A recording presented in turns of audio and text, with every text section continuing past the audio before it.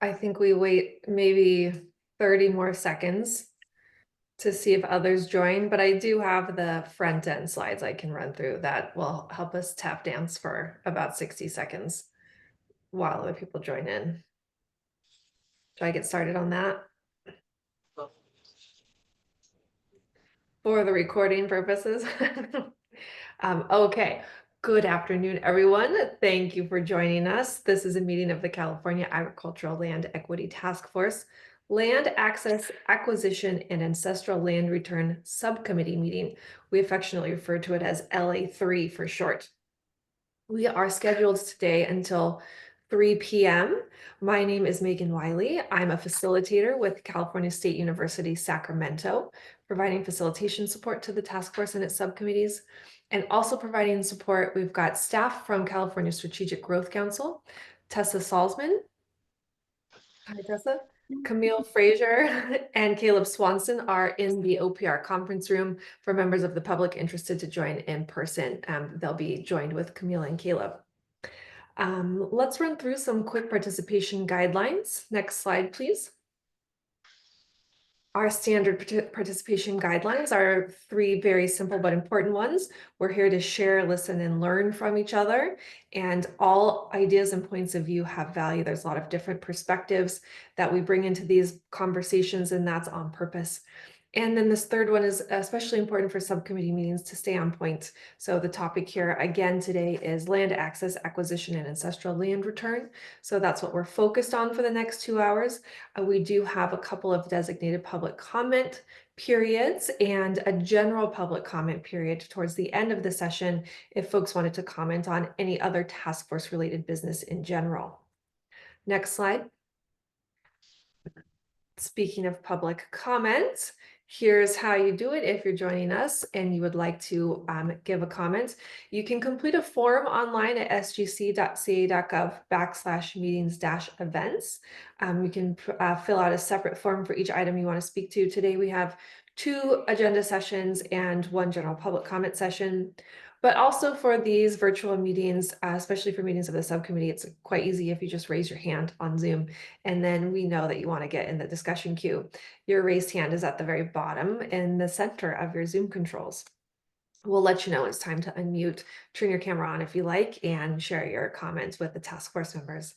And we're asking folks to keep to about 2 minutes, but I'll also help us keep track of time. Next slide. Zoom tips, panelists, folks are muted upon entry. All of our task force members and invited guests are panelists. Everyone's muted upon entry. So just keep an eye on that to help us manage background noise. Remember to pop yourself back on mute after you're done speaking. We actually can't do that for you. We used to be able to. I think we can mute you, but we can't unmute you. So we'll all work on that together. Camera's optional. Always lovely to see smiles. And then raised hand, sometimes at the bottom of your screen. Sometimes, depending on your Zoom version, it is hiding behind a heart reactions icon. Here's our plan for today. One item of admin is approval of the September 26th meeting summary.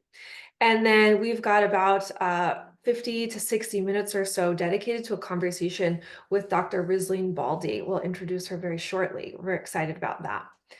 Following that conversation, we'll turn to a working session where we'll hear some updates on research and related efforts that staff have been working on since we last met a couple months ago. And then we'll pivot to some discussions on draft concepts for recommendations underneath this umbrella of LA3.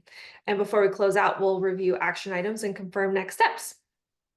And check in to see if there's any general public comment.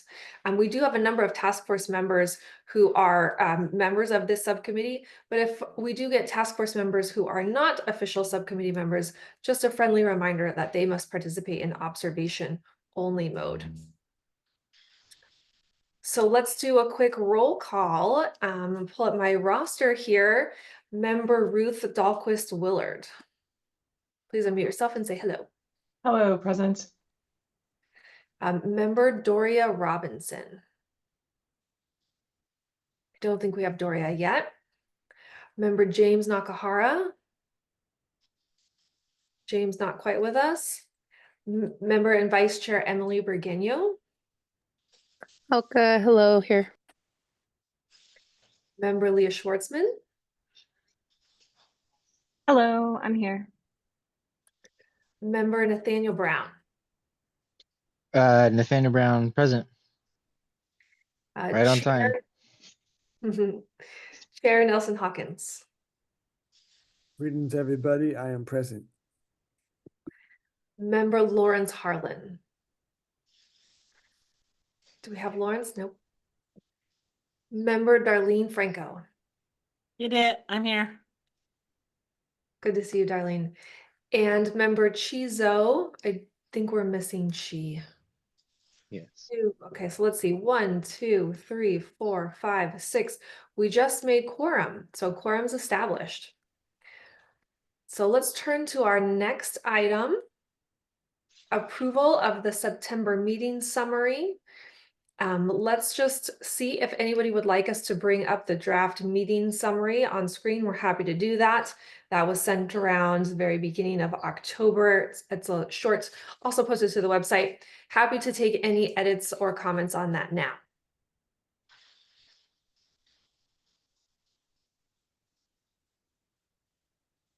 Okay, not seeing any from our task force members. Before we make a motion to approve, let's see, do we have any public comments on the draft meeting summary? There's no public comment. Okay, do I have a motion to approve the draft meeting summary as written? A motion to approve the September meeting summary. I second that motion. We have a motion to approve by Vice Chair Burgueño, motion seconded by Chair Hawkins. I'll go around. Please say aye if you agree or nay if you oppose or if you abstain. And I'm going to go down my list here. Ruth, you're starting us off at the top. Ruth. Agree. Thank you. Darlene. I'm not sure if I was at that meeting, so I'm going to abstain. Okay. Emily. I approve or agree. I approve. Excellent. Leah. Approve. Thank you. Nelson. I was also absent, so I'll abstain. Okay, thank you. And Nathaniel. Same, abstain. So since we're balanced with abstentions and approvals, does that mean by default it's approved? I think so. I'm I do not know the answer to that. We can inquire with legal. We'll inquire with legal. But I think if we need to, we can bring it to a vote again at the next meeting, but I think we might be okay on this one. Thanks, folks. Okay, let's dive into the good stuff. I'm going to actually ask Tessa to provide an introduction to our guest speaker. Okay. Hi, everyone. Welcome and welcome, Dr. Riesling-Baldi. Thank you for joining us today. I'm going to briefly introduce our guest and then I'll turn it over to her. She'll share her slides and provide any further introduction that she wants to start with. So Dr. Riesling-Baldi is an associate professor of Native American Studies at Cal Poly Humboldt, the program coordinator for the Masters of Social Science and Environment and Community, the co-director of the Rue Dalager, you can tell me if I pronounced that right, Food Sovereignty Lab and Traditional Ecological Knowledges Institute, and one of the authors of the California Land Back Special Report, which we shared with all of you in advance of the meeting. And you can find more information at her website. So feel free to come off mute, Dr. Riesling-Baldi, and I'm going to stop sharing here and let you pull up your slides. And awesome. I guess Thank you. Yeah, and just high level, yeah, we can hear you. Just really quickly, one more detail that Dr. Riesling-Baldi will present for about 15 to 20 minutes, and then we'll have the rest of the hour to ask her questions, to discuss, share all of your reflections, and then we will spend the second half of this meeting in more of work planning mode. So get ready for that. Okay, I'll turn it over to you now. Thank you. Awesome. Hi, everybody. Thank you for joining today, for being a part of this conversation. I think that this is one of my favorite conversations to have with people. I get very excited about people wanting to really imagine what this could look like and where we're at and where we're going, especially with like land return and land back to tribes. I have seen a lot happen in my own lifetime, which I think is very exciting because I know that this has been work that our elders and our community members have been doing for generations. There are times when people like call me or I get reporters calling and reaching out. And I had one who reached out to me at one point and said, I'm trying to figure this out by doing research, but if you had to tell me, when did the land back movement actually begin? Like, what's the genesis of it? I said, if I had to put a date on it, I would say that land back began in 1493. Right after they started taking and stealing land, we were doing everything we could to get it back. And I think to understand it as a very long intergenerational process that we've never stopped envisioning or talking about makes it far more powerful for the idea that when we get together and we do generative conversations, that's where we actually start to build what a new future could look like. It's just in telling a story about it. So in Indigenous context, what we say, nothing can become until you story it into being, until you tell a story about it, until you know that it's going to happen. And you just start liberating your imagination around what it could be, and you make it possible. So I think today what we're having is a storytelling session. I'm going to share some slides. I'm going to go through them so fast because they were like, try to get everything done really quickly so we can have a good conversation. So it's going to be fast. That being said, I did share a link to the slides with Tessa, who can send them out to folks on the committee, and you can feel free to review them and use them. The links are in there, the access to the different resources, the videos, like those things are readily available. So I just encourage you to sit, listen, hear a story today, worry a little bit less about how you're going to write down or take pictures of the information. It'll help all of us so we can really think about the generative conversation that we want to build. All right. Let's see. I do this series of lectures that I go and people ask me to come to universities and they're like, can you do a lecture on land back? And I always title them, thanks for coming, now give the land back. I think it's actually pretty straightforward. I think that's where I'm at as a person. People are like, what are we going to talk about today? And I'm like, we're going to talk about how we're going to give all the land back. Today, I'm going to tell you a little bit about land back futures in California, and what that means for all of us. I think something that has been really clear to me is there's a lot that we can look through and understand about land back. And so I want you to know that these resources are available. I have a lecture up on YouTube about what good is a land acknowledgement that goes over sort of why we do land acknowledgements, but also if land acknowledgements don't come with direct actions or sources of actions, then they don't mean anything to anybody. So stop doing land acknowledgements just to let us know that you're on our stolen land. We already know that. We don't need your help to know that. So that's not for us. So we think about like, what does it lead toward? What's the actions that we're going to take? We also did write a California land back report in partnership with Save California Salmon. It is available. It is fully published. It has a lot of information, resources, history, and policy recommendations for the future of land back in California. So I highly recommend it as a resource. It was developed with community, with multiple like scholars, and written as a way for people to engage in this conversation. We held the first land back symposium at Cal Poly Humboldt in 2023, March in 2023. We also put up every panel discussion, which you can watch if you'd like to on the Save California Salmon website. These included panels around how higher education is responsible for land back, how we work with land trusts and what that looks like for land back, what it looks like to work with a city or a major corporation. And people sat on panels, shared their information and their experience, and then their recommendations. Recommend to watch any of those that are available to anyone to sort of engage with. I always begin from the point of like why I think land back is so powerful. In my mind, what we're talking about is that we're talking about the idea that we as Native people have a lot of information and scientific knowledge about the management of land for the benefit of all beings and for everyone to feel good about this place. I always say what we're all shooting for as Indigenous peoples is we would like to live in a world where everyone can breathe and drink the water and has a house. And those are things that I think we should sort of have bare minimum expectations for. but we are constantly the visionaries of what that's like. What I say about Indigenous peoples is we are the people that know a time before colonialism. We can tell you stories about it. We can tell you how it functions. We can tell you what the land is like. We can tell you how it feels. We carry that knowledge through our generations. It means we also know that there will be a time after colonization. So we can tell you what that world is like, what that would be like, what that would feel like. What that means for me is reconnections to these land spaces that we have been taken from, like forcibly removed from, and that we need to come in and actually be able to do the work that we do to restore the land for the betterment of all peoples. When you look at published studies that are now coming out, what they find is that the total number of mammals, birds, amphibians are highest on lands that are managed or co-managed by Indigenous tribes or communities, that it suggests that land management practices of Indigenous communities are keeping species numbers high.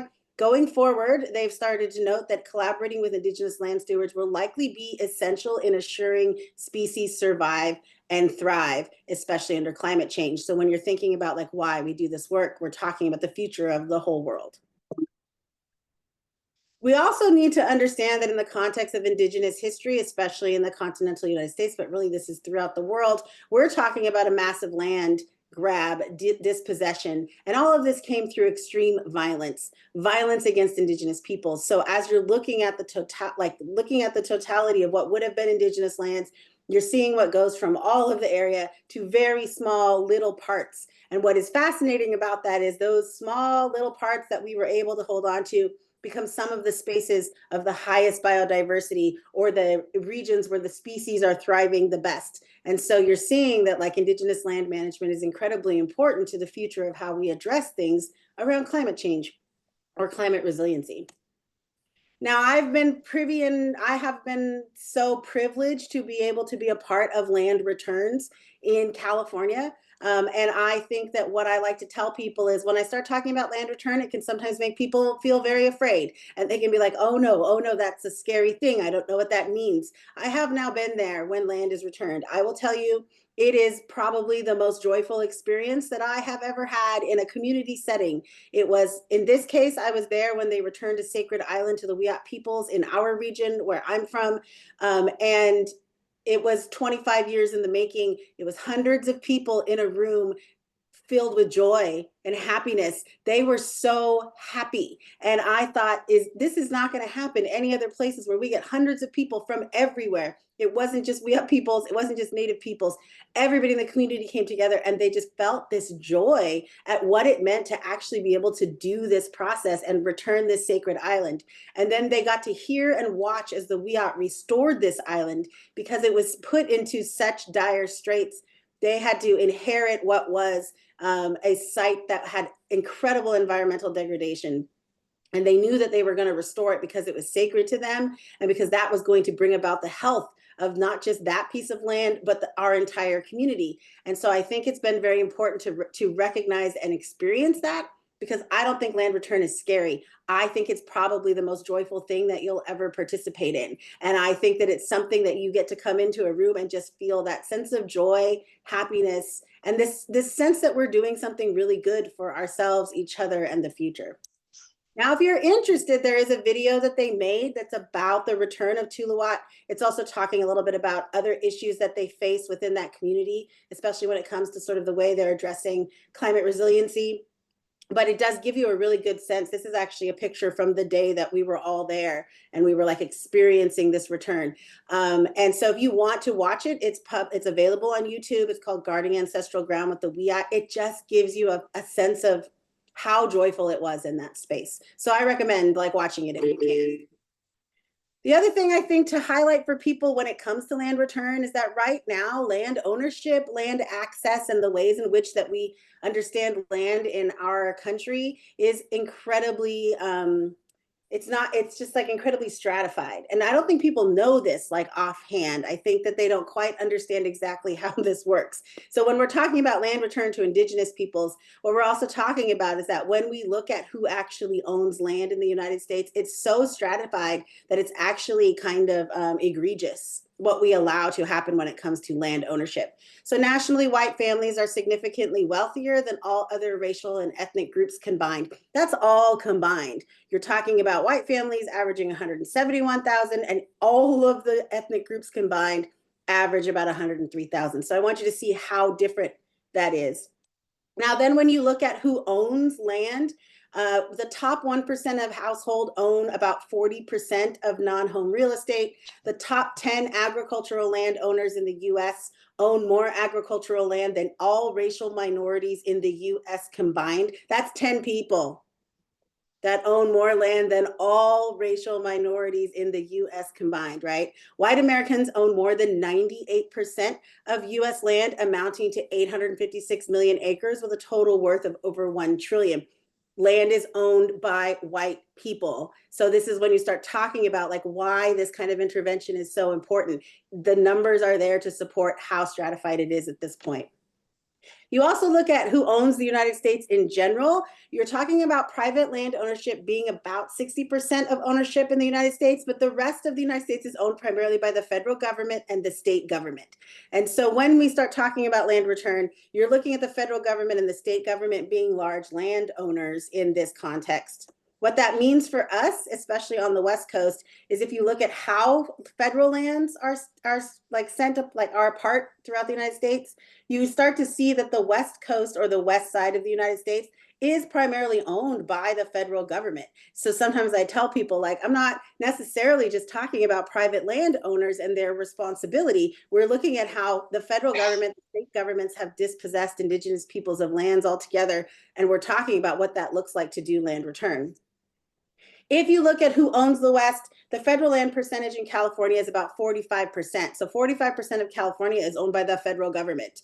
And I think that that's important for us to understand, because sometimes people think like I'm picking on individuals instead of thinking about this as a structural thing that we understand about who owns land and who has access to land. Now, nationally, tribes have about 56 million acres of land held in trust with the Bureau of Indian Affairs for the 574 federally recognized Indian tribes in the United States. But there are some tribes that currently do not have any trust lands. So you see that it's actually very different across the United States. And especially in California, you have some tribes that have larger land holdings, some tribes that have very small, and some tribes that have none. And so what does that mean when we think about that there are tribes with 0 land holdings, and that we're talking about right now they only have about 56 million acres of land in trust. Compare this to land trusts, where land trusts who continue to proliferate in some areas of the nation now own more land than tribes. And to me, I think this is pretty egregious. I wonder why we invented this new thing that could own land instead of just returning land to Indian people.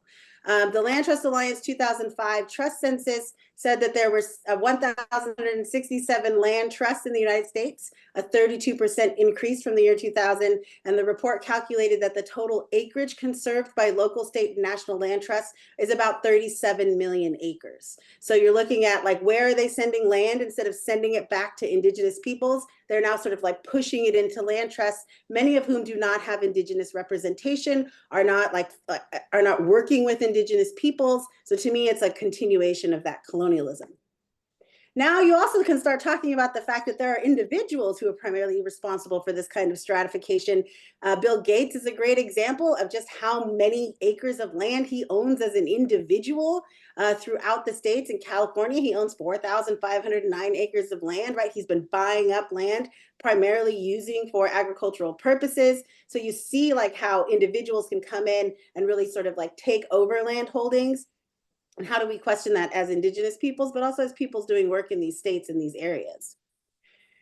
Sometimes people are really concerned about like, well, if you get all this land back, what are you going to do with it? Especially if you get like the national parks back, like, what are you going to do with it? They get kind of like, what happens? And I always say, like, you think we're going to build a fence around the Grand Canyon and like not let you in? And then we're going to take selfies of us doing stuff. And then we're going to hashtag it like, wish you were here.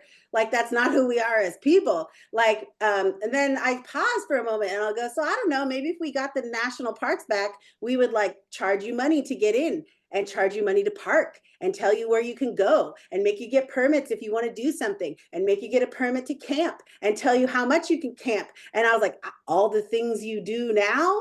And for some reason you're okay with it, But when it starts to become about tribes, you get all like, what's going to happen? I was like, why would it be something you're so afraid of? You are okay with the management of land by these government systems.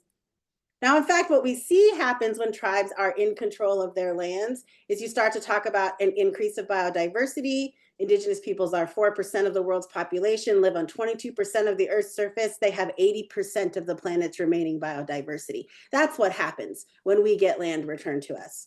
You also see that we have a knowledge of California, of the land spaces that we are in, far beyond what we understand as the land it is today. So when we talk about restoration, we talk about restoration for all things, our more than human relatives, our connected parts, our waters, like how do we restore the land so that we center not just human beings? Now, if we look at this image of California as a simulated map from 1851, you will see what California is supposed to be. And under Indigenous land management practices, how it was working, there's supposed to be a giant lake in the middle of central Southern California, which was dried out just between the years of like the 1850s to the mid 1900s by ongoing agricultural uses and overuse of water. So you see the complete change that has happened in this very short period of time because Indigenous peoples were dispossessed of their lands. What this means to me is for us to understand that Indigenous peoples might be about 3.6% of the population in California. We're one of the highest populations in the nation are in California. We have about 511,000 acres in trust in California with more than 100 federally recognized tribes, and some tribes have less than 1 acre of land. To me, that means our responsibility is to first and foremost return land to tribes, where you're talking about tribes who sometimes have very small acreages of land within their territories. Contrast this with families who own, let's say, anywhere from 2,330,000 acres to 2,100,000 acres of land. You have families who come in and from sort of like the 1850s and the gold rush, develop these large land ownerships. 2 of those families that own most of the property in California, Oregon, and Washington, most of the forested lands, you're talking about 2 families owning 8 times the land of all California Indian tribes. This is where, again, you're talking about what's the stratification here. These 2 families own more than 8 times the land of all California Indian tribes. And to me, that again is egregious. And we should actually be focusing in on like, why do we allow this to happen? And then we get really overworked when we start talking about returning lands to tribes as if we own all of this land and we're just coming for more and more. These 2 families own more land than everybody. Why aren't we talking about that? So Native peoples in California, we're one of the largest populations. We're one of the most diverse in tribes. We have one of the largest number of tribes in California. You're also talking about the fact that we've experienced multiple land grabs throughout history, including our treaties, which weren't ratified, allotment, coming in and building national and state parks on our lands and then seizing our lands from us in the name of national and state parks, building universities on our lands by seizing that land from us to say we're building universities, and then turning around and creating land trusts instead of returning the land directly to us. Now in California history, we're talking about an attempted genocide of us. All of these attempted genocides included land grabs and taking of lands from Indigenous peoples in order to dispossess us and also push us away. The mission system is a great example. They would take all the lands, build the missions, and then enslave people and work them to death. You also talk about the gold rush, massive land grab, clear cutting of forests, blowing up mountains with water, taking apart rivers, over harvesting, overfishing, and then taking lands illegally and writing deeds at the moment saying that they were legal, even if they weren't following any sort of government system, any sort of way of making that happen. People trace their rights to many of their lands back to like 1859. And you sort of go, gee, I wonder what was happening then that your family could have just written a deed for this piece of land. Now, if you're also looking at California, you have to understand land in the treaty context. The idea that we were supposed to have treaties with the federal government, they were not ratified by Congress and then hidden under an injunction of secrecy so that we wouldn't find out about it. And what had happened is we were supposed to have about 7,488,000 acres or 7.5% of the state set aside for Indigenous peoples. Without that ratification, that became null and void. And we all had to run around trying to find ways to hold on to some land. So when you see where we're at today, in part it was because they unratified the treaties. Now, in addition to that, We lost land to allotment. We lost land to the Forest Reserve Act, the U.S. Forest Service, the creation of the national parks, the U.S. Fish and Wildlife Service, the BLM. You started to see the ways in which we were protecting old growth forests. We were like keeping the lands up. And then you see, as we lose our lands, we also lose our old growth forests. So we're seeing the way that the land responds to the land dispossession.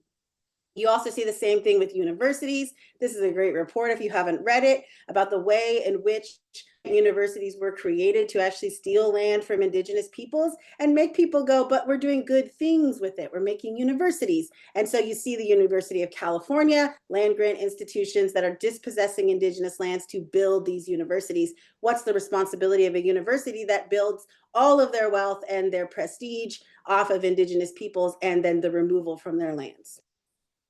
Finally, what you start to see, though, is a push from the state of California to start thinking about the ways in which land return to indigenous peoples can actually help support initiatives of climate justice and climate resiliency. Gavin Newsom in October 2020 worked this into his 30 by 30 budget, which he created a $100 million fund to support tribal initiatives for tribal climate programs, workforce development, and land return. So he knows that there's a connection between building climate resiliency and land return in California.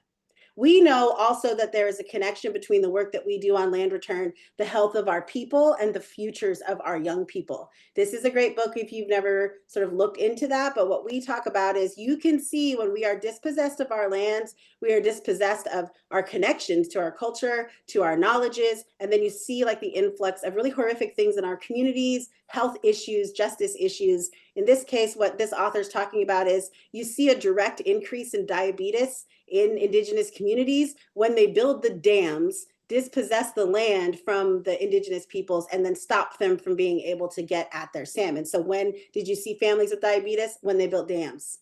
And we know that those connections are important for the future of our communities. We also see that as why we do the work that I do. So if you want to know like where we're doing this work and where the land back report came from, we now have the Rote Dahlgren Food Sovereignty Lab and Traditional Ecological Knowledges Institute at Cal Poly Humboldt. We really try to help indigenous youth to connect to their culture and community, to really think about these connections to indigenous science. And we always center that the health of the land is the health of the people. And we don't just do that in the context of indigenous peoples, we're saying for everyone. The health of the land is the health of the people, and it is indigenous peoples that have the knowledge of how we're going to build that future for everyone. So I'm gonna end there so we can have some time to talk with each other. But I just wanna say, like, we do this work because we know that it's something very positive and very informed by like long-term things that we have been doing. And I encourage you all that as you do this work, you remember that at the end of this, is the joyful return of land to peoples that actually makes the world feel like we could build something really beautiful together. And maybe this is the way it should have been done in the first place. So when we finish a story in Hoopa, we say Hayanantik. That means that's it, it's over. But what it actually means is it reaches so far, because I don't know where, when I tell you a story, where it's going to go next, what you're going to pass on, what you're going to share with people. I don't know how far it's going to go. So we say it reaches so far. So Hainantik, that's the end of this story. That was fabulous. Thank you. We're just going to open it up for task force members to engage with you. So I would just encourage folks to go on mute and connect with Dr. Risling, and let's just have some free-flowing dialogue. If we start stepping on each other's words, I can help with the discussion queue, but let's keep it informal. Who wants to kick us off? I just want to say thank you for the presentation. I'm sorry it had to be so fast and gone through so quickly. But it's a lot of great information and statistics, and that's what I'm always looking for when I try to explain why it's the right thing to do and how it can be done. Fortunately, I was able to talk to a couple of organizations that have done some land back. It's not true land back unless it's really given without strings attached. And we're seeing a lot of, through the SALT and through, different conservancies that, yes, they can give some land to some Native people, but there's always strings attached and limitations of what you can and can't do. So I think finding that, that balance of what is truly land back is the key.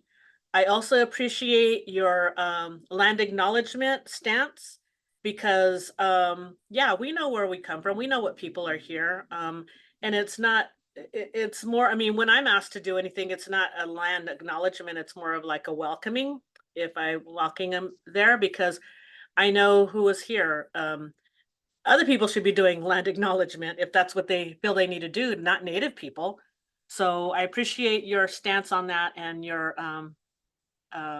especially your asks. You know, if you're gonna do a land acknowledgement, do something about it. It's not just for us to be there and do a little song and dance for you or presentation for you or whatever. So thank you for the information. It's a lot to kind of chew on, and but I appreciate, like I said, I appreciate all the statistics and everything you have in there. Yeah, but thank you. I'll probably chime in later when other people talk. And my name's Darlene. I forgot. I'm from I'm Wauchumni Yokuts. I'm from the Central Valley in Visalia, near between Bakersfield and Fresno. And Tulare Lake, yes, was the biggest body of water west of the Mississippi. It came back a couple of years ago when we had all the waters and the floods. It came back for a little while. Unfortunately, it wasn't safe because there was so many pesticides and so many things that's already there now that flooded. You know, I didn't feel comfortable sending anybody in that water. So, you know, we went and we gave our blessings and our ceremonies. But yeah, unfortunately, it's not the way it was. All the dams that we have, you know, diverted all of our waters. I'm happy to see the dams coming down in Northern California, and hopefully we'll get to that sometime here in the Central Valley also.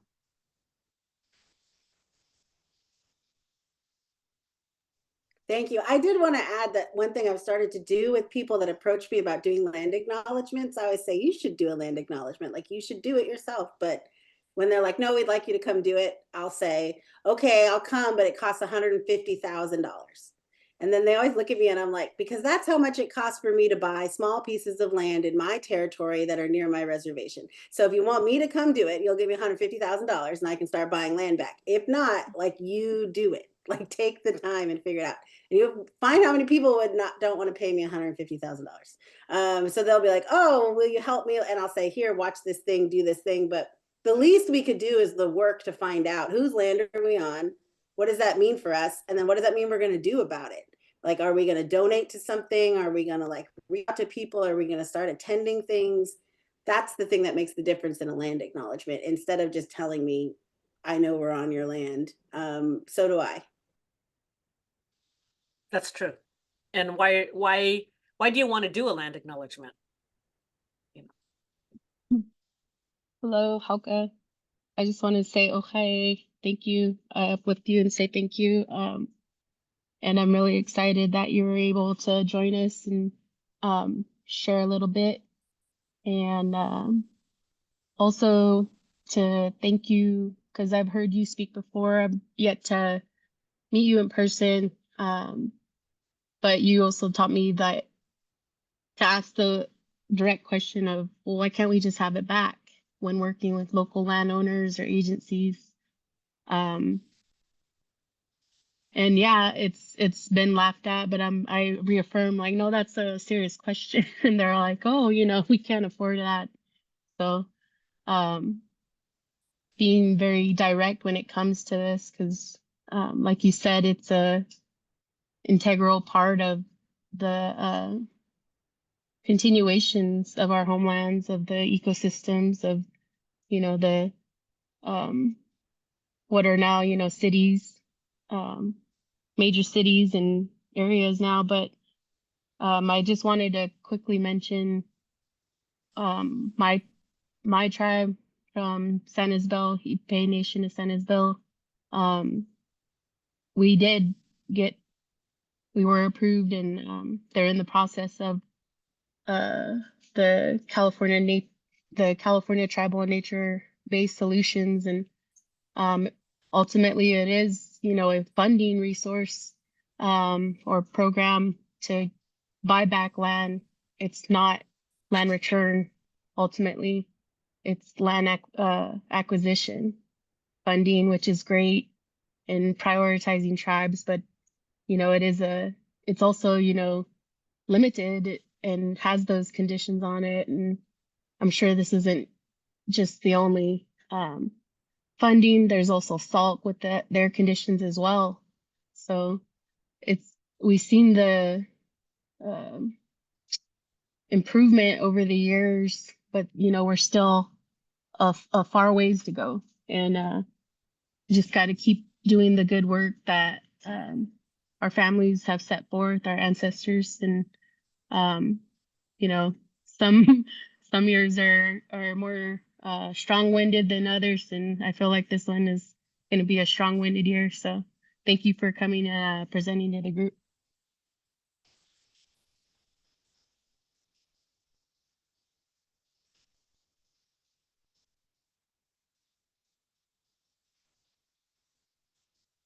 Hi, this is oh, here, let me do the video. Nathaniel, coming from Northern California, and Ujama Farmer Collective. And I think the way you spoke about land back and your excitement and how this is and should be one of the most exciting thing that you've been able to participate in. Like, although there's a lot of strings attached that had kind of come with the land acquisition that Ujama Farmer Collective had to go through, I completely agree with the excitement, and I felt like your excitement come back, and even just talking about it, because getting land to be used by people that are going to restore it and like treat it the way it should be treated is like, it's what drives me even being in these conversations. So yeah, just thank you.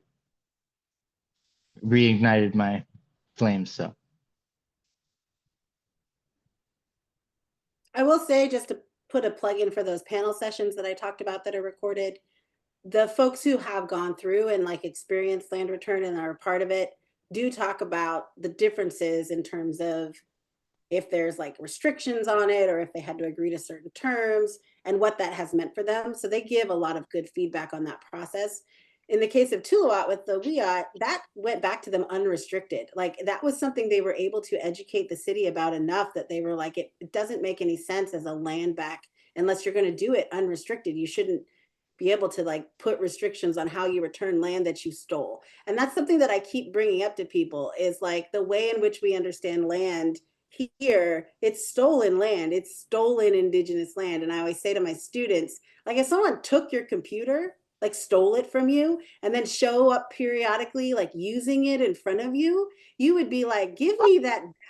Like you stole that from me. And then they would be like, well, instead of giving it back, would you be okay if if I put a sticker on this computer that acknowledged that it used to be yours, but now it's mine? And you'd be like, sure. I think people are like, no, you'd be like, give me that back. Like you stole it from me. I don't want a sticker that says it used to be yours, but now it's mine. So then if they come back to you and they go, well, I can give you this computer, but let's co-manage it. So like sometimes I'll use it and sometimes you'll use it. And then we have like a 50% vote on how we use this computer. You would also think that was ridiculous because they stole it from you and now they want to co-manage it with you. And I always go like, they're always trying to avoid the thing, which is like, give it back. Give it back to me. It's actually pretty simple. And I like tell people it's actually the first step. Everybody thinks we're getting there. Like, oh no, we'll get there. The first step should be return. The next step after that is what do we do to rebuild a relationship with a tribe that makes sense? Because the way it was happened, the stealing of it makes no sense. That's not going to help anybody. But come back, return it, and then have real conversations about what that means. You're going to see far more powerful things happening between whatever organization it is and the tribe. Better things being built, better ways of doing. It's sort of how the world was supposed to be put together. It's how tribes approached the world. It's when they came to the table with people, they were like, we're talking about long-term beneficial partnerships for this land. We're brothers and relatives here. How do we manage it to get, that's how they talked about treaties. That's how they talked about land. We've been having this conversation for thousands of years. It was sort of settlers and colonizers that come in and go like, no, we're going to steal it. And now when you point out it's stolen, get very uncomfortable, because how long, again, the question becomes how long until you're like, oh yeah, never mind. You can just have my computer, use it in front of me, and I'll pretend like that didn't happen. Like, that's a thing we're going to keep bringing up. And I tell people the best thing you can do is bring it up. When someone's talking about, we're going to give this piece of land, bring it up and be like, did we talk to the indigenous peoples? There are indigenous peoples in every area of California. It's so beautiful about California that we're everywhere. That we, even though they tried to move us and take us out and push it, we are still here. That's so amazing. So I think to be able to grow that is such an important thing that we can do. I have a question for the WIOT return.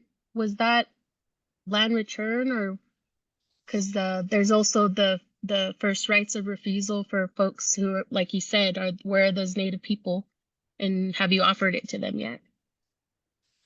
So that was a direct land return for part of it. What the WIOT did was they purchased part of it, a very small portion, which was such a beautiful story, because what happened is that post the 1800s, when this massacre happened, that's when they started talking about getting it back. They were like, well, we're going to get that back. They would bring it up all the time. And you have families from like 30, 35 years ago that would go to the city council and be like, you own a portion of this island that's sacred to us. You should give it back to us. And they were told in those meetings, you're crazy. That will never happen. That's a pipe dream. What are you talking about? But they came back and they came back and they started talking, and they were just like, nope. Then they started holding candlelight vigils like on and in front of the island to be like, we're still here and we remember you, and we want to be there, and we want to rebalance the earth with you, and we know that we're going to return to you someday. Then they started holding ceremonies. Then they started bringing people and show, like they were telling stories about when it comes back. And then you have one of their tribal leaders go, I want to get that island back. And people telling her that's crazy. She finds out a portion of it is for sale. So she's like, we have to get it back by starting to buy whatever pieces are available. And they don't have any money. They are a tribe that was terminated during the 1950s. And then they are restored at a period of time after some lawsuits. And then they have no money. So they start doing bake sales, t-shirt sales. Like, she set up booths in various places and was just like, I made a bunch of cookies. I'm trying to raise enough money to buy a piece of my island back.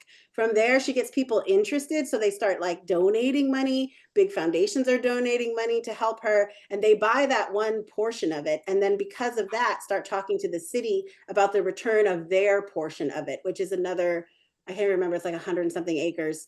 And they start talking to the city for over 20 years, just saying like, this, you should give it back. You should give it back. Now, I always say to people, the city turns around and gives it back. Like, they're like, we're going to give it back to you. And they say unrestricted, as in we are not going to say there's any restrictions on this.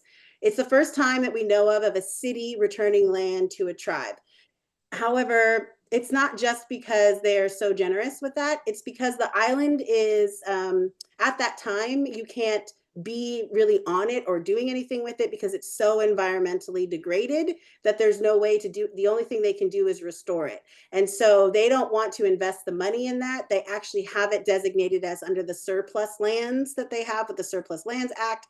And so they're like, we just consider this something that we can't invest the time or money in. So then they turn around and go, but we could give it to the WIOT, and the WIOT say, we are very invested in restoring it. And so they actually take their own time, money, and energy to restore it.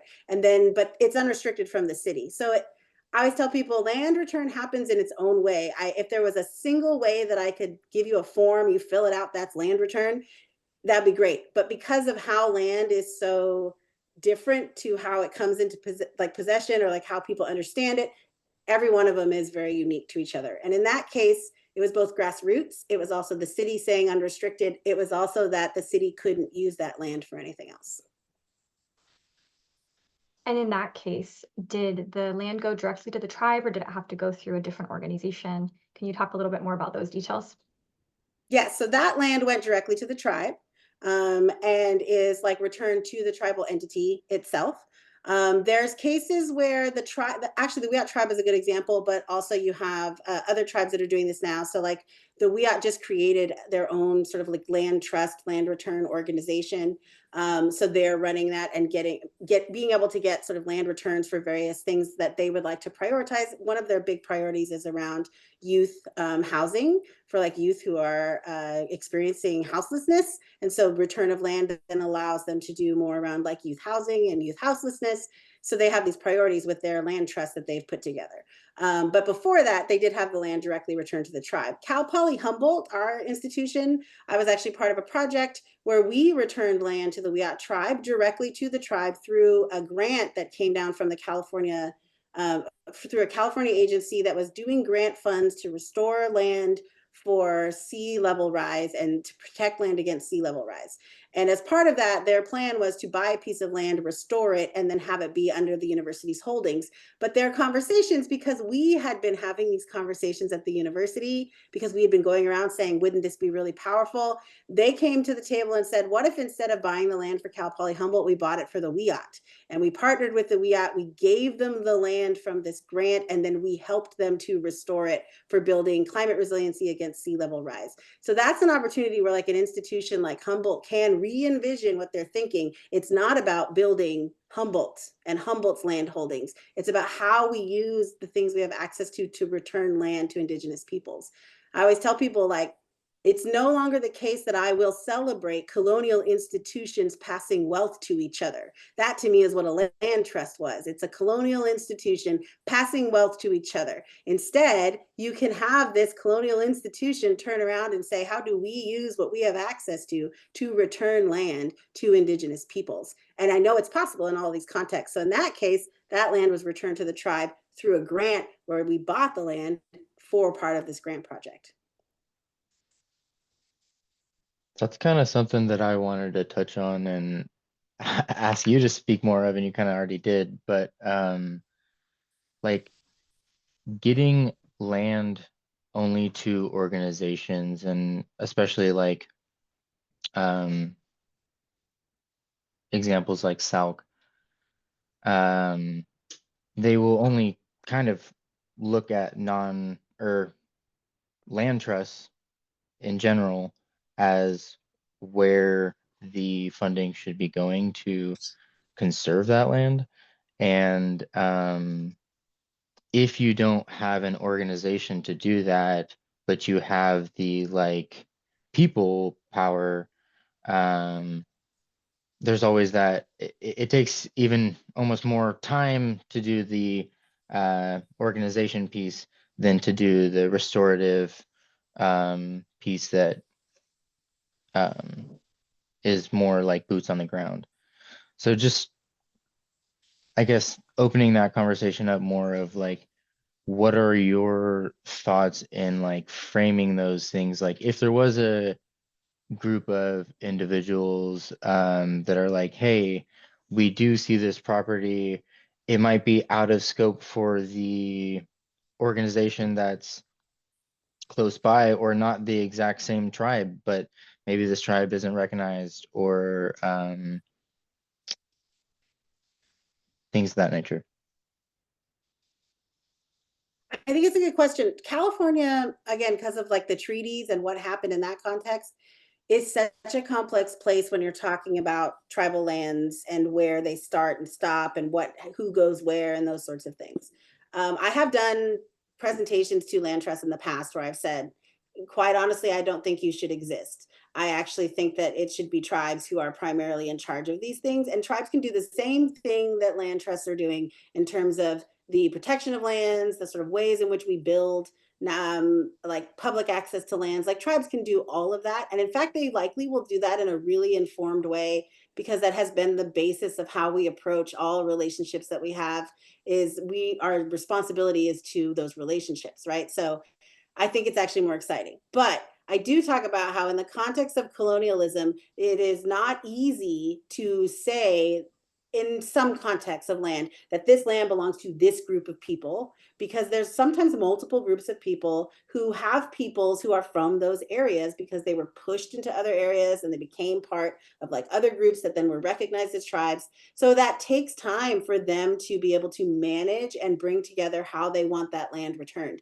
And I think it's the responsibility of institutions, especially people that are coming from like the state or the government, to figure out how to take that time and ask the tribes how they want to take that time. So is it, we need to take this land and set it aside because we know that it's going to be a revisit of how we're going to make sure it gets someplace? Do you put together an intertribal land trust, which has happened in multiple cases where multiple tribes have come together to form a land trust that then they all govern pieces of land that are within territories that are like sort of crossing across different tribal groups. I will also say there is no piece of land. I tell people all the time, there is no piece of land that you can show me that you're like, but there's no tribal peoples that really are associated with this land anymore. That is not the case, especially in California. There's always tribal peoples that are still around that are associated with that land. The work is to get them to understand and have access to these opportunities. So I always default to how do we do the work to be able to rebuild that relationship with land. It takes time. I tell people the return of Tuluwat took 45 years. And I think what Indigenous peoples are saying is, if it takes 45 years, I always tell them when we start talking about taking the dams down, we go to meetings and we'd be like, take the dams down. Hey, you want to solve that problem? Take the dams down. Hey, you want to help with that? And they would say, that's not going to happen. That's not going to happen. And if it did happen, it'd take 150 years. And we turned around and said, cool, we should start today because then it'll be 149 years, 364 days to go. Like, what are you talking about? Like, time doesn't mean that we expect it to happen tomorrow. Do the work. If the work takes 25 years, start now. Figure out what we got to do for 25 years to make something happen. So I don't think anything is like an easy, quick fix. But I will also tell people, I'm like debating becoming a notary because I'll go do these talks and then afterwards I'm just convinced someone comes up to me and they're like, I'd like to give my land back. I want to be able to be like, cool, let's do that. I'm a notary. I will make it happen. And I have had individual landowners reach out and be like, I do want to return land. What do I do? So creating spaces where they can go to, sometimes tribes are very overwhelmed by that. We need to have people who are willing to start them in the process of what that work really looks like and how to sort of make that happen. It takes time and conversation. And in a culture and a context where we're constantly taught that there's only like finite resources that we're all fighting over, we as tribal peoples have to remember that that's not how we operated prior to colonization. We were people who operated under justice and the idea that like we need to build good interrelationality amongst our nations because that's the only way this world was going to survive. We have to remind ourselves of that. That's why we still come together with our ceremonies. That's why we still build opportunities for us to sing and dance and know each other. That's how we're truly going to build a political future that allows us to do this in this complex way that is not so straightforward as this belongs to this, this belongs to this, this belongs to this. So I also encourage people, like, you got to start rebuilding your opportunities for tribes to come together.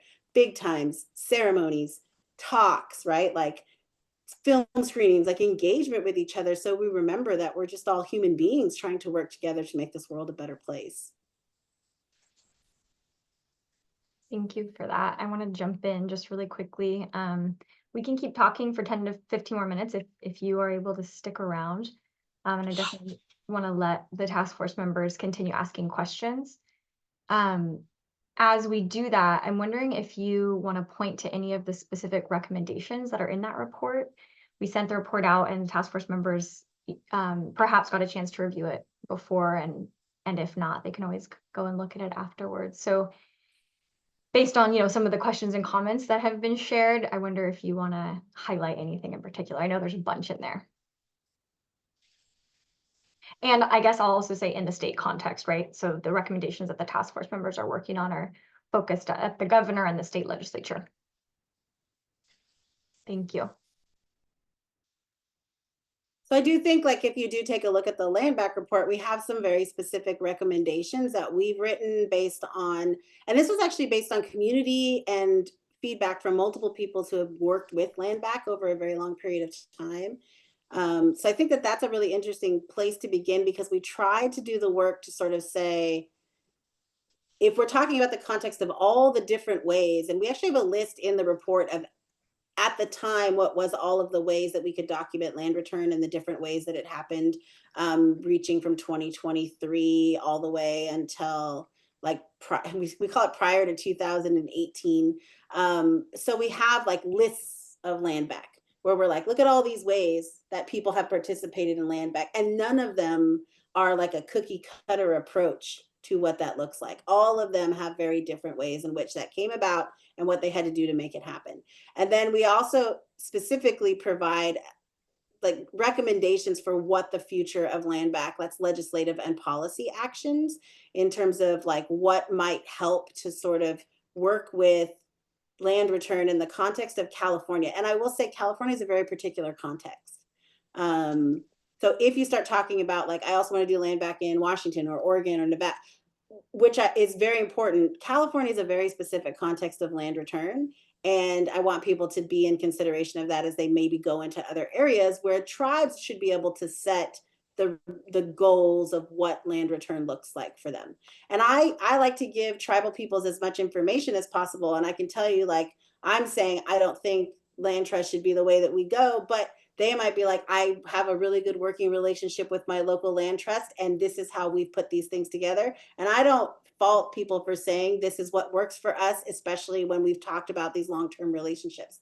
So any kind of recommendations that we give is really based on specific context, what's happening here in California, and then also this idea that like tribes should be able to set the goals and the ways that they want to move forward with this. So it's a little bit interesting to come into a room and have people be like, we've decided these things. And I always say like, but did you talk to the tribes about those things? Because they may have different priorities. And in fact, a tribe should be allowed to say, I don't want that land right now. What I want is an agreement to do these things because we need to work on this before we can have land return. A tribe should be able to say, we don't want this to like our relationship to be in this way. We want you all to operate like this and we do this. So really it's a space of coming in and seeing like what works for their context. One of the things I think that I've been really clear, well, there's two things that I've been really clear about. We're starting to do more research on the impact of the 30 by 30 plan and the tribal nature-based solutions grant, because we have heard a lot of feedback from tribes specifically about this idea that there's a number of restrictions of how tribes can actually use those lands, which they purchase under this fund. And so those restrictions sort of restrict any kind of like development. You can't have housing, you can't do like any of the things. And tribes are sort of saying like, look, we know how to build things without also destroying the conservancy, the areas around we've been doing this since the beginning of time. You're telling us that we don't get to make those decisions for ourselves because you've determined how we're supposed to manage this land. And it's our management practices that are actually the ones that have held back what you're talking about. And now you're giving us restrictions. So the sort of paternalism of that kind of approach, I think we've heard a lot of feedback from tribes that they do not appreciate that kind of paternalism, that they are very like key to understand that the future of land return should not be in state agencies or government agencies like telling you how you manage your own land. The other thing that they talk specifically about with those types of programs or working with state agencies in general is that the best thing that can happen between those relationships is there needs to be a type of training or engagement with people that work with tribes to specifically understand that their job is not to say no. Their job is to hear what tribes would like to do and find a way to make it happen. That's it. That's what they should be doing. And a lot of the times what we encounter with state, federal, and other government agencies is we come in and go like, actually, we don't want to do that. We want to try this. And they go, oh, that's never happened before. We couldn't possibly know how to make that happen. And instead of saying, actually, your job is to figure out how you make that happen. And I think that that's sort of the context of how we come in to try to train people that work in government agencies, is to be able to say, how are you going to help tribes to get to the things that they're thinking about, not just tell them that it's not possible? Because we also know that if you know the system better than other people, anything's possible. You can make anything happen under a bureaucracy. You just have to figure out how to navigate the bureaucracy. And I think that that's something that we've heard a lot of feedback from, which is like when you encounter someone who's like, that's not possible, it becomes like this sort of really like hard step process through this whole bureaucracy. They're looking for people that actually want to truly partner with them.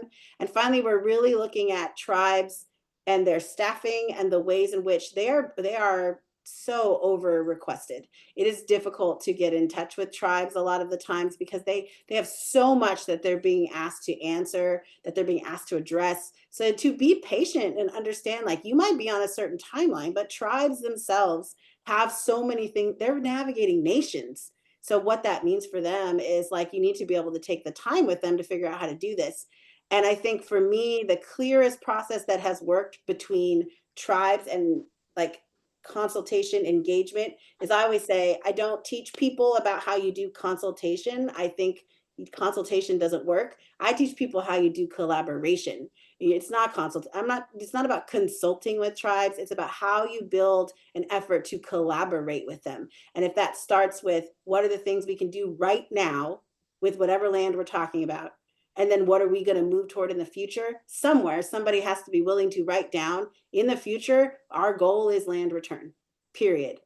If that takes multiple things that are going to happen, we're going to start here, we're going to do this. It could even start with how the WIAT did it. What we want is access so we can hold candlelight vigils and sing and bring the land back to life and tell it that we never forgot it and that we are coming back and that everything is going to be healed and okay. If that's something, you could start there, but like start doing it right away, because what happens a lot of the times is people are like, oh, you're asking for land return. That means we're not going to talk about all the other stuff because this is the thing, and then that thing's impossible. Everything's possible. So start with what you can get done, and don't think about like, I can just say no, but instead, like, how can I navigate to the yeses that tribes need to be able to reconnect with those spaces? Emily, did you want to follow up? Oh, I seen we were out of time, but I did wanted to ask, because we are seeing the agencies now like leaning on that co-management, which is great because it is a step forward. But for some, it kind of stops there. And so, yeah, I just wanted to get some thoughts on that, like when it comes to co-management. Yeah, I'm from the Hoopa Valley tribe, and we've had a 5-year-long war against the federal government and told them we're not going to do co-management in the 1800s. So I feel like I have like real deep like DNA, which says like co-management is it's a cop out to the true thing, which is land return. That's how people use it. That doesn't have to be what it is, but that's how people use it. They're like, again, I stole your computer. Can we co-manage it together? And you're like, no, it's mine. Why do you get to manage it at all? So that's where I come into the conversation. I will say tribes have used co-management agreements, one, to get immediate access to land spaces that it sort of feels like, okay, this is going to take a while to get people into the conversation of land return, which I think is beneficial because tribes can immediately come in and help to set policy and programmatic like ways of addressing land restoration. Two, co-management only works, in my humble opinion, if you have a relationship with whatever agency you're co-managing with that honors that tribes are the like primary manager. So if you're talking about, oh, we'll have a board that manages it and 51% will still be from our agency and 49% will be from your, well, then that's not to me what you're supposed to, it actually should be tribes that become the primary managers. And I always say to people, if you want to set up a co-management agreement, instead of just returning the land, start from the place of the co-management agreement is to say, you as the tribe have more of a say over how this is going to be managed. And our job is to collaborate with you for what you want, what your goals are for this land. That's what the co-management agreement should say. It should not be like everybody has a say and we get to overrule you and we get, It should be our job now is to support you in the management of this land. That's what we're co-managing for, because you have had the privilege of being the entity that has made money and resources and had all of this access to stolen land for over 150, 200 years. And now you're trying to tell me that you should have equal say over how I manage it? No. Instead, you should be supporting how the tribes want to manage it through your co-management agreement. And that's sort of how you're getting further along into what land return really would look like, and building a partnership that could last far beyond even land return. Because who do they trust? Who do they work with? Who do they know? The people they've co-managed this place with, the people who have worked with them to sort of build that knowledge. Nelson, you wanted to jump in? We could keep going for a few more minutes if that's okay with you, Doctor. Yes, I want to start by saying I am grateful for connecting with you, Doctor. I really appreciate your valuable insight, your wisdom, your vision, and just keeping it real and your perspective and ground truthing with what land back truly is, what land return looks like in today's context. I liked your presentation about, or what stuck out to me in your presentation was the maps over time and how the land became degraded when colonization came through. And to me, I'm taking that as like the relationship to the land directly related to the destruction of those forests. Owning land, that relationship with the land caused that destruction. Whereas, um, having a sacred relationship with and reciprocity with the land uh, led to or causes this relationship to be more reciprocal in a way that it not restores, but it really ensures the health of those ecosystems. And to me, my stance is like, let's just give the land back. It should be that simple. But as we've learned, or as me personally, I've learned like it's not so simple, especially when we have federally owned lands. We're talking about state policy here. There's, quote unquote, private lands and this and that. There's a lot of nuances that come with it. So I wanted to bring it back to the purpose of the task force of submitting these policy recommendations. And I know you touched on it already in some of your responses. But one question is, what would you say is the path of least resistance for a policy recommendation, or for the I know it's ironic because it's like we're in the colonial political realm here coming up with solutions, but like from that lens, like what do you see as a path of least resistance for a policy solution, and like funding that would needed to cover that gap from the government? For example, I definitely hear you on the land trust challenges and just the nuances and just like all the roadblocks that come with that. I've learned about the buy, protect, sell strategy, and at first it sounded like a good strategy to get the land off the hands of like the market and other avenues that would prevent land return. Last task force meeting we had in November, we had Chairwoman Ramirez from the Ohlone, Coastal Esalen Nation. And I'm bringing this example back to my question of solutions is because they collaborated, as they called it, with the Big Sur Land Trust to secure their land in the city of Monterey. And she brought up that there's a lot of unexpected costs with the tribe getting it back from the land trust, including ownership fees, legal fees, insurance, and all these other, set of things that was not anticipated at first. And there's a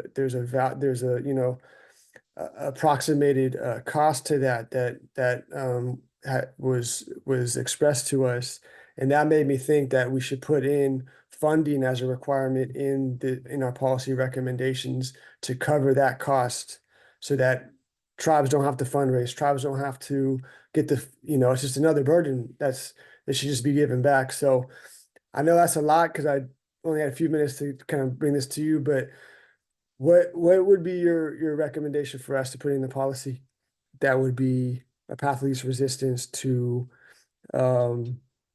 assist with streamlining land return in California, including funding? I mean, the biggest thing for me has all been funding. It's been money, right? They need money to get access to be able to restore, to be able to build and rebuild. In some cases, restoration is a huge process. In my area, we were able to get land returned, and it turns out that it was a grow site and that it had a lot of environmental damage. There's a lot that we had to remove, that we had to put together. We had to rebuild roads that they had put stuff over. So it became about the money to do that. So funding is important. I will also say that being able to put into policy that the recommendation is land return, that the process, the work that you're doing is to get land return as the goal. You have to name it. And I have very clear examples of when it's named as an option and an opportunity and a goal.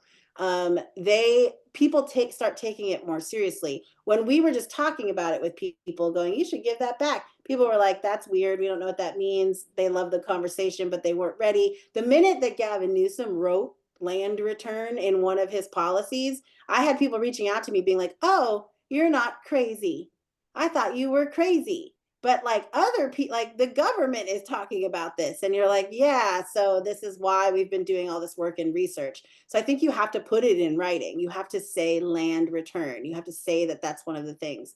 The other thing I'll say, aside from like funding and putting it in writing, is it should always be the first question of any piece of land, anything that has to do with land, is how do we return it to Indigenous peoples? And I think that starts a process of like, that's the foundational question of the agency. So they have to make sure that the people that work for the agency understand land return and understand why that's so important, and know about the peoples of like California, like the Indigenous peoples. Like those are things that should be like a basis for how you get into a job working with natural resources, land management, or land in general, especially in California. How do you fundamentally understand California tribal peoples? How do you know how they engage, what they understand? And we don't still have that. Sometimes people bring me in to do trainings for like the National Park Service or the Forest Service. And they're like, what can we do long term so that you don't just have to keep coming in and training me? And I'm like, well, you know, what we could do is make it a requirement that everybody who wants to have a job with you takes Native American Studies classes. Make it that in your job applications, if they can say they've taken Native American Studies classes, or they've minored in Native American Studies, or majored in Native American Studies, that gets them a leg up in how you review their applications. Get them started from this conversation forward, instead of always having to like educate to catch people up, right? Prioritize how you build Indigenous peoples into the organization that you're working with. Have they centered Indigenous peoples? Who's in charge? Who's making the decisions? Who's in the room? Like having these conversations. But the other thing I'll say is like, I think it's important what you're doing, because those are the things we use to come into spaces and say, see, we're not crazy. See, we're not crazy. Other people are saying this. But also to remember that if a colonial government and institution made it easy to return land, what that is making it easy to dismantle the colonial institution and government, and they will never do that. So it will always be really weird and difficult and hard to process, and you'll always have to navigate it in very particular ways, and there'll always be roadblock after roadblock. And those things should be things that we're willing to invest the time and money in. So how do you have a person that works at your organization that is what they do? They help tribes to invest the time and money in navigating whatever that is to get something returned. And to me, those are positions that need to be funded by the state agencies, by the government agencies, to say, this is the person or the people or the team that is working with you on this. And this is who's helping guide you through this. Because that's where they get really tripped up, is then suddenly it's like, now you got to have insurance, now you got to have this. Who's the person that can help be like, nope, we can make it work in these ways, so that tribes don't have to take on that burden, right? Tribes don't have to be the ones that do that. Thank you so much for that. That was so deep and insightful, and answered my follow-up question about, the importance you named of the government agencies or whoever, the legislators, to have a direct relationship with the Indigenous peoples of whatever lands, areas that they're in. And that made me think of like incorporating that into the recommendations in collaboration, instead of how it normally is like a box that's checked or is performative. So yeah, thank you for the information to include in the recommendations too. Thank you so much. We can maybe take one or two final questions if anyone has anything that they wanted to squeeze in before we let Dr. Riesling-Baldi go.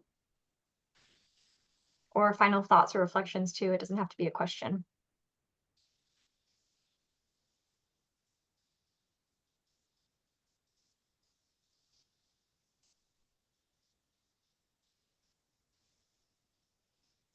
I just wanted to say thanks for all that great reflection and information, and especially the recommendations at the end of the land back report, I think will be really helpful for the task force to review.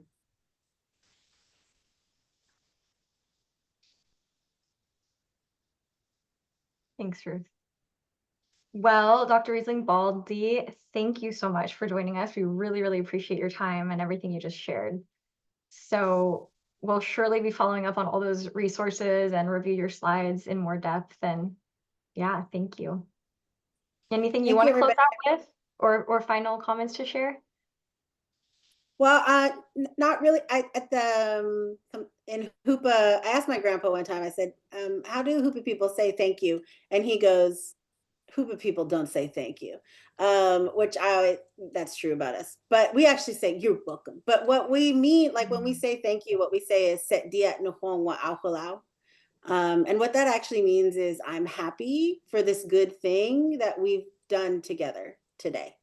So that's how we say thank you, because we say thank you shouldn't be a passive thing. It should be a thing that acknowledges what we're building as a relationship. So that's why we say I'm happy for this good thing that we are building together today. Thank you for that. Beautiful. Who is your grandpa? He's past AWOC, but it's Milton Baldi. Okay. Yeah. Thank you. Yeah, I knew He was Ray Baldi. he was a one of my- Hoopa. Ray is his brother. Okay. He was one of my favorite people. So yeah, and he was like one of the last Hoopa speakers, because my grandpa grew up speaking Hoopa before he spoke English. So he knew a lot about Hoopa people and Hoopa like language. And I would just sit and talk with him all the time. He'd be like, "How do we do this? How do we say that?" And one time he told me, because we were doing Hoopa together, and he goes, "You kind of talk Hoopa like a Valley girl would talk Hoopa." He's like, "But it's still, I get it." And then I always say, "Well, I kind of am like a Valley girl who speaks Hoopa." So if you're wondering, like when I speak Hoopa, I have a little Valley girl accent, according to him. And then he would teach me like Hoopa words and things. That's awesome. Thank you. Thank you. Thank you for sharing that. And and yeah, thanks for joining this space. So we're gonna keep going on the same theme. Well, pause for public comment first, right? Oh, yes. Okay. Yes. And then we'll return. Thank you. Let me pull up the slides again. I'm not sure if I'm frozen. I keep trying to fix my end, but I can still hear everyone. So if you're interested, can you hear me? Yeah. Yeah, you're not frozen, Megan. We hear That you. was pretty good. Never know what your face is going to look like on the big screen. If you're interested in public comment, you can use the raise hand feature, and Tess is going to check the online form. Yeah, well. There are no online form submissions. Great. That was an excellent engaging session with Dr. Riesling. Thanks, everyone. All right, Tessa, when you're ready, pull your slides back up. Yeah. And it looks like Dr. Riesling-Baldi is still on the call, which is wonderful. You're welcome to hang out and stay as long as you'd like. We're actually just going to jump into somewhat of a debrief session. Just to continue hearing from all of you, from all of the task force members, subcommittee members, about your kind of key takeaways and your reflections on what we just learned, what we just heard, the stories that were just told. And so again, feel free to just come on camera if you'd like, come off mute, and we're just going to do a quick brainstorm on a couple slides. We as staff, we want to now capture, what you found most important and most interesting on from that presentation, and so we can make sure to carry it forward through this subcommittee. So please feel free to just jump right in. We'll talk about these key takeaways and what aspects you feel were most important that you want to carry forward, and then the next slide will be questions that you still have that you may want to do some more exploration around.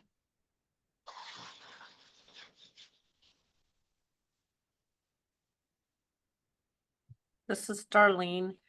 I mean, there was a lot of things that I liked about the presentation, a lot of things that I think the biggest takeaway is just how she expressed things that were easily understandable by people that are not Native.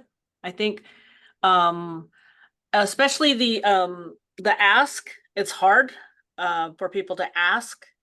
And I think the land return is understanding the land return versus land back with the stipulations. I think that's one thing that is I'm trying to wrap my head around how we do this as a task force and how we make recommendations around that. But it's, you know, understanding what true land back is versus I don't know, a land back with stipulations. And the other thing that she talked about that I think a lot of people don't understand is the caretaking of the land in native hands is different than a developer's caretaking of lands. And that's why there are stipulations, like for the trying to keep land conserved versus developing housing for profit. But when land is returned to native people, and there's also a sense of responsibility to take care of the land and not just develop it for money, but develop it for housing and housing for community housing, I guess. There's a big difference, and trying to get that across, because we're in that situation with my people, is that yes, we're trying to obtain land, and yes, we want to build community, we want to build housing, but not for the sake of exploiting the land. It would be more for the sake of bringing community together so that we can help take care of the land together. And it's hard for me to put in words. So I am anxious to go back and look at her presentation and look at the statistics, because I think the statistics tell a lot too, that people can understand when we're making our recommendations. So sorry if that was kind of hard to put in to your notes. It's great. And we're taking more detailed notes in the back, so don't worry Okay. about getting all the words Right. perfect. Yeah. Yeah, thank you so much for sharing all that.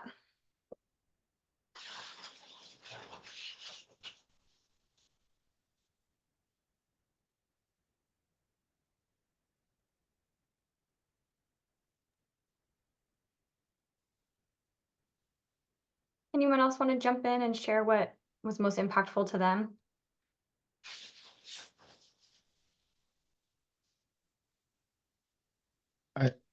I'll jump in and say that this Nathaniel, that I really think that the thing that stood out the most was, the land trust seeming to be the not only option, but the one that the state seems to identify as like the working organizations to do that. And I think on Darlene's point, but on really everyone's point, is that housing and the work to restoring takes a lot more work than just maintaining, and maintaining already takes a lot of work. I guess, yeah, just noting that that was one of the bigger things, that I don't see a lot of land trusts that are like, oh yeah, we have these working groups on the ground. It's more of this just land holding entity that may partner with, and there's some good examples, but I think how do we encourage more of those examples, and like money for planning and for land restoration. Yeah. Thanks, Nathaniel. I'll quickly mention there was a lot, I can't pick out one but a lot of reaffirming, what I,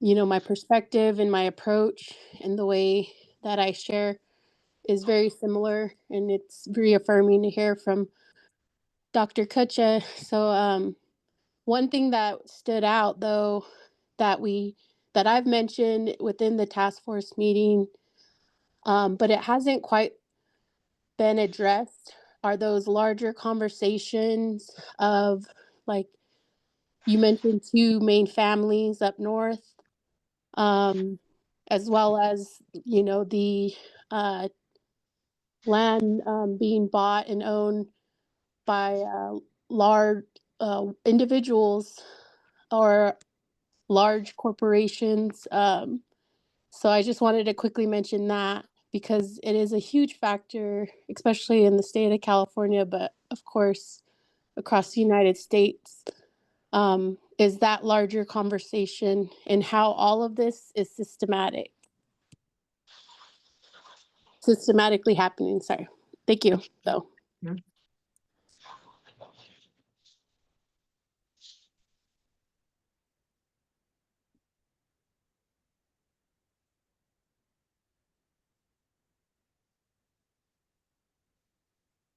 Great, thank you, Emily.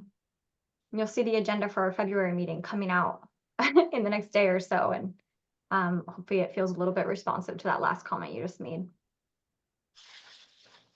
Anyone else before we switch slides or keep going?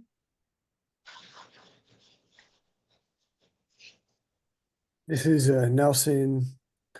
One thing I do want to name that stuck out to me is that land back and land return started in 1493. It's not like a recent movement or a hashtag. It's part and parcel and has always been in response to and parallel with colonialization. And I think that context is important to include when it comes to legislators and government officials and elected officials being responsible for enacting our policy recommendations.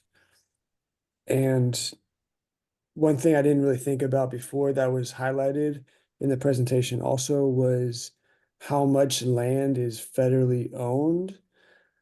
I think we need to open up a conversation, if we haven't touched on it yet, of like federal land in California, what's the positionality that, or what can California legislators do to give that land back to the ancestral and current land stewards of those areas versus like if it's owned by the state? I feel like that would be easier, but I don't know, like what does that look like to give that land back?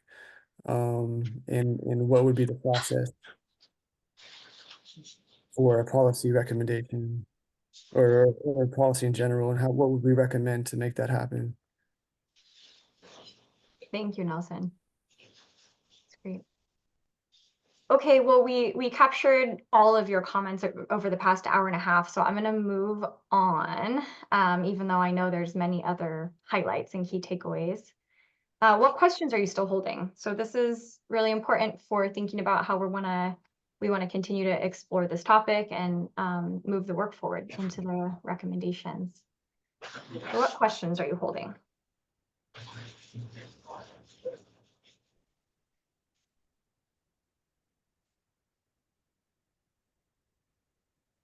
Question specific to the working group or the subcommittee, excuse me. Okay. Is that what I'm clarifying? I'm wondering if you all have questions about the presentation or about land back. If you have like research style questions or maybe just details that you didn't quite get a chance to ask, that we can then think about using to shape the work. So more about the content of what we just discussed, but if you do have questions about the subcommittee, that can come out now as well. Since Dr. Kutcha touched on land trusts, I'm interested in learning more about tribal land trusts, KDLC being one, but learning about, I know there's NALC, Native American Land Conservancy. Yeah. Anything in particular that you'd want to learn more about specifically? Yeah, I think it's important to learn how they were developed and why, because there's usually that reason. And those key people that, whether it's tribal leaders or grassroots.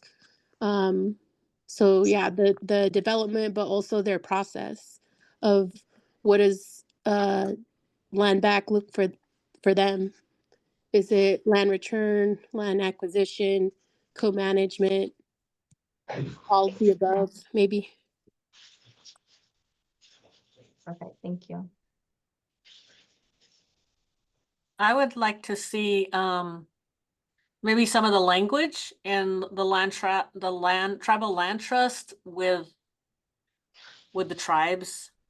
She mentioned the Big Sur Conservancy and I forget what tribe she mentioned, the Esselen Nation, I think. So I'd be interested in seeing how long it took, yeah, what the language in it is, and those kind of questions, but also how many other ones are set up with the Native organizations in California. Because I hear about them here and there, but I don't know a whole lot of details. And how many land trusts, Darlene, are set up with Native nations? Is that the Yes. question? Okay. Yes.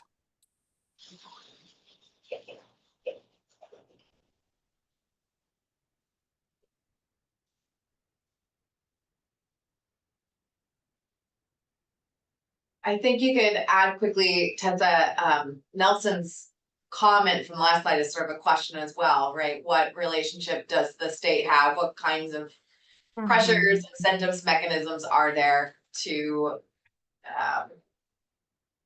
use the state in relation to federal land return?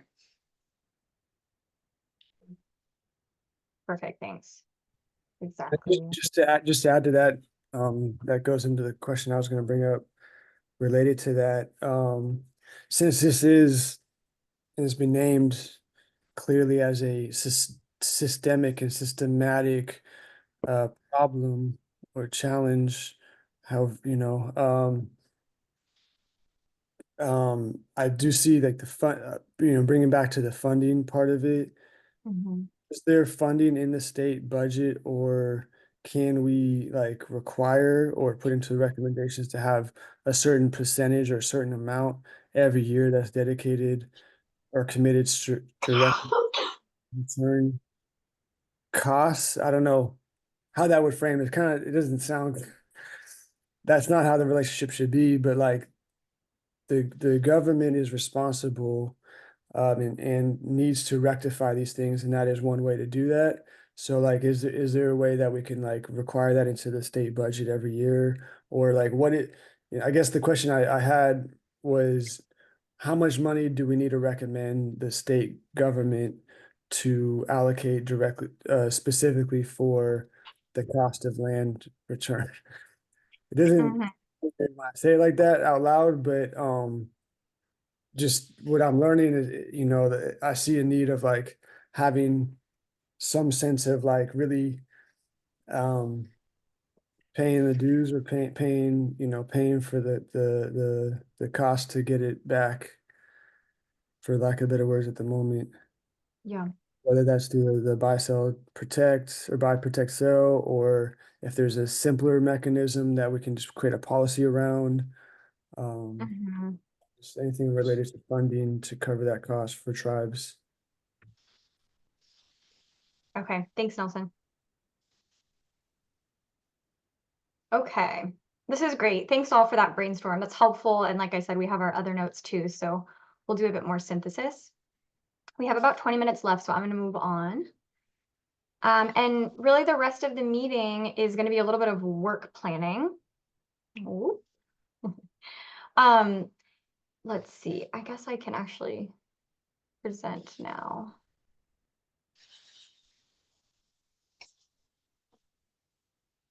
There we go. Can y'all see that? Yes. Okay. So if you'll all remember, going back a couple months, this subcommittee is definitely focused on land back, ancestral land return for the title. And then there's also 3 other working groups that have been developed that you all created a couple months back. So for the rest of the meeting, I want to just talk a little bit about kind of work planning for those working groups. And we can start with land back, continue the conversation. Emily, you are the member of one of the 2 potential members of the land back working group.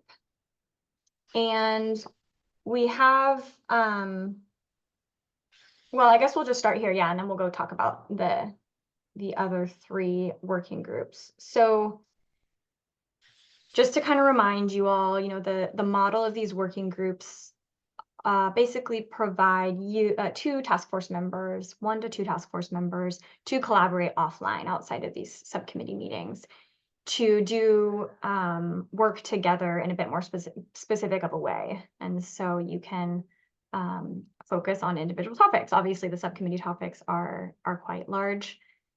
And so Emily, you had joined the land back working group, and today we were wondering if anyone else wants to join that working group, because we can have up to 2 people.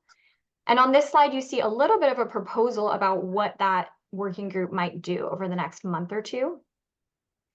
And so some of that might include synthesizing the discussion from today, maybe just kind of pulling out key highlights like we just started doing. Perhaps looking at a couple of case studies that are in the report by Dr. Riesling-Baldi, and then kind of situating the land back recommendations that the task force is making within this other state context. So our guest speaker noted some of that today, and then there's other context that we can talk about and kind of look more into. So first, I want to ask if anyone else is interested in joining this working group. And then, of course, Emily, want to hear from you about how this sounds as far as a proposal goes. And then we'll move on to the next working group.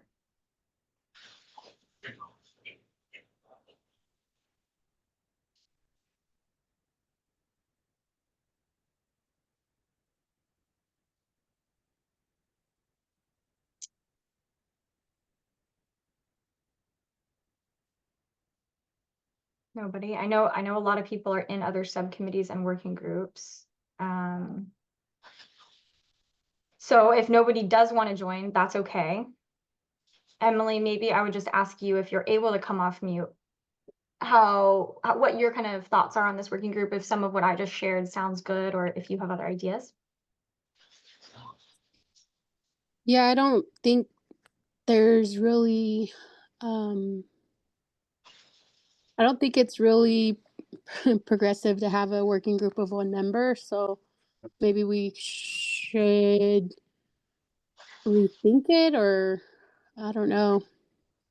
Yeah, another way to move the work forward. And with this working group, I have, you know, no further notes of what you shared, like as for next steps. I think that would work anyway, with some additions as to like context. But would this be just made up of a presentation, what your next steps are for our actual task force meeting? Yeah, good question. So yeah, I think we'd probably work a little bit in those Google Docs that we have, or via phone, because we have the flexibility. Mm-hmm. And then, yeah, we could bring some of this work back to the subcommittee or to the next quarterly task force meeting, which at this point would be the May meeting, not the February one. And that's pretty much my proposal for all of the other working groups as well, based on our timeline. Okay. I hear you about potentially needing, you know, another task force member to join to help. What are the other groups? I'm just curious, sorry. Yeah, no, that's fine. Let's go. Let's move right along. So I wanted to do a similar exercise for the other 3 working groups. So maybe we can just hold what we just talked about, land back, and come back to it at the very end. As far as the other working groups go, we have public lands. So that's Leah and Lawrence. Leah's on the call, I believe. So, you know, at some point, probably right after the February quarterly meeting in a couple weeks, we'll connect offline with that working group. So that's Leah and Lawrence, to kind of identify the scope of what that working group wants to address. If we have time in the next couple of minutes, we can do a little brainstorm here within the subcommittee. Then we have land succession strategies. Nelson is on that working group. Let me see if no, okay. And I'm curious if anyone else wants to join that working group with Nelson. And then we have land markets, and that's Nathaniel and Ruth. So that's kind of the landscape of this subcommittee. And I will say, so the land back work, I think we obviously had a meeting today where we were focusing on that. And now it would be great to have Emily and another subcommittee member or multiple subcommittee members doing a little bit of work around synthesizing that and identifying what we want to make sure gets into your report and your final recommendations. And then we'll do a similar exercise with public lands and land succession strategies. Regarding land markets, which is the 4th, we'll talk a little bit about that in the February meeting. And so just kind of noting that we're holding that, and I can connect with Nathaniel and Ruth after that February meeting to see what that working group wants to do.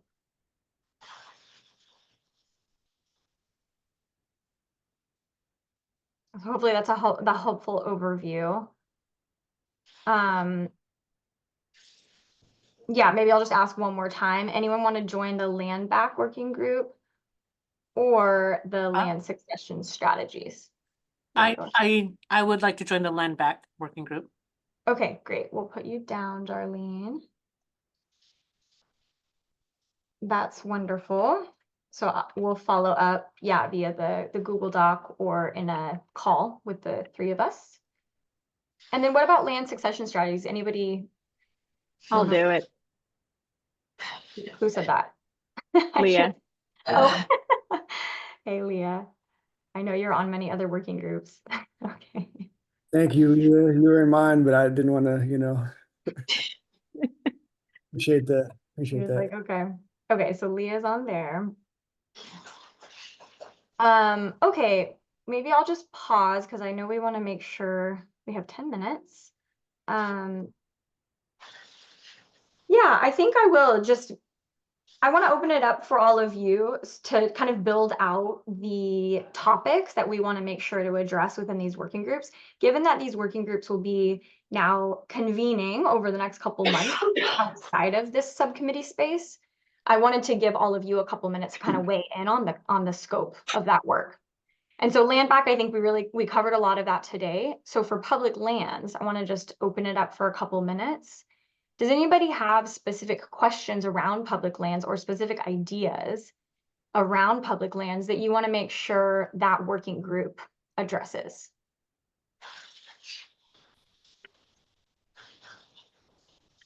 I had an idea for that working group that might overlap with land back.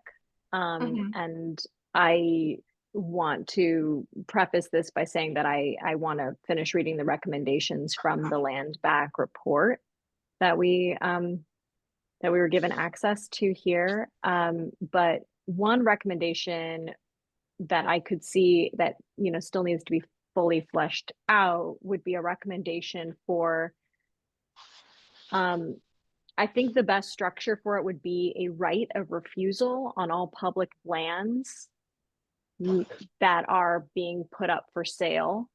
And it could be articulated as a first right of refusal for tribes, and then a second right of refusal for socially disadvantaged farmers and ranchers. Still obviously need some thinking on what that looks like. Also, what the purchase mechanism would be like. Can it be that it's a first right of refusal for tribes, but it's a free right and they just basically have the right to say that they don't want it? And then what similarly what that would look like with a second right of refusal. Okay. And obviously, public lands, we're only dealing with state and maybe city county here. Obviously, not all those wonderful federal lands that aren't on the table right now. Great, thank you, Leah. Any other questions or additions related to what Leah just said to make sure we kind of, Yeah, there's a reason why that first right of refusal is given to tribes and the connection they have with that land. So maybe identifying, like Leah mentioned, what that looks like if you guys are going to go towards recommending a second rights of refusal to any non-tribal entity or citizen, and why that second right of refusal would be given. Because the reason, yeah, I just mentioned it, there's a reason why it's given to tribes. So I would be intrigued what that reason is, other than, my assumptions. But for public lands, I just wanted to quickly recommend co-management. okay. Okay, thanks, Emily. Co-management as definitely a topic to look into. Okay, perfect. Great, well, I think that gets that working group started for sure. We don't have time to do the same exercise for land succession strategies, but we definitely will get to that as well. And I'll check in with you, Nelson and Leah, about how we want to move that work forward. And then, like I said, land markets will be addressed in February, and I'll follow up with those two working group members after that. Any other final comments before we just kind of wrap up with next steps and public comment?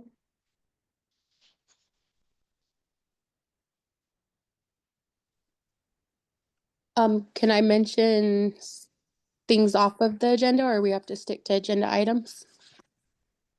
I don't know. Megan? Just had a quick observation about the survey, that's why.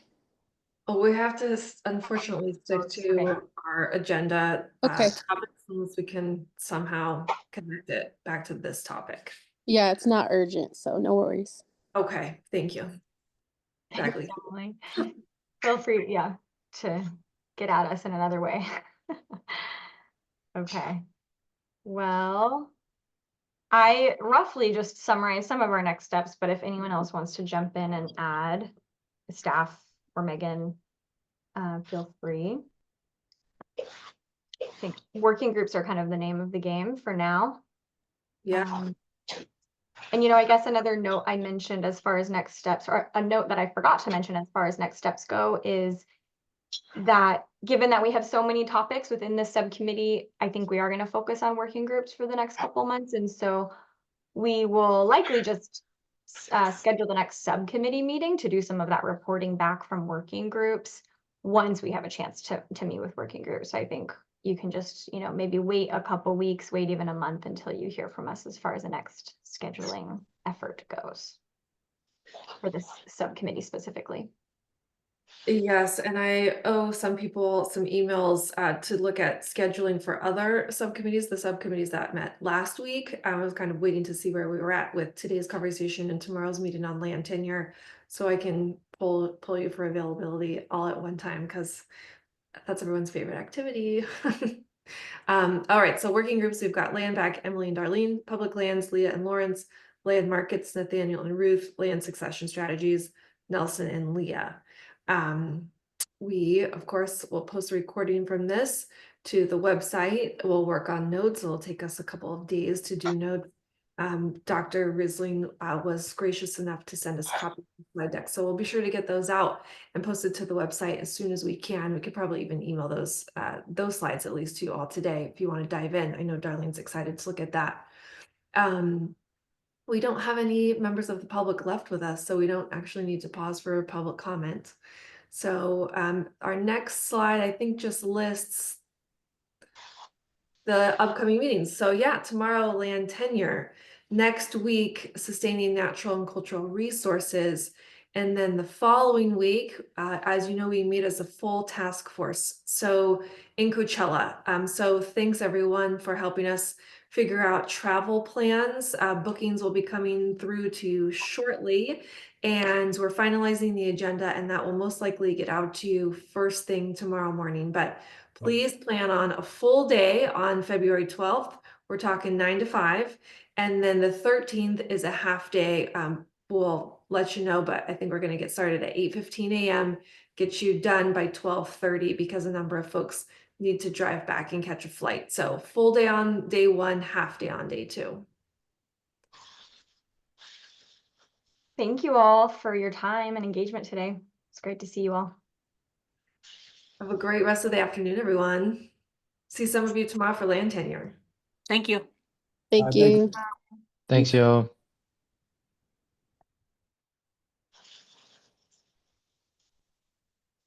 I need to go get some water. I'll be back in a split in a jiffy. Hi, Tessa. Hi, are you able to stop the Zoom / I shouldn't do that. Let's stop the recording.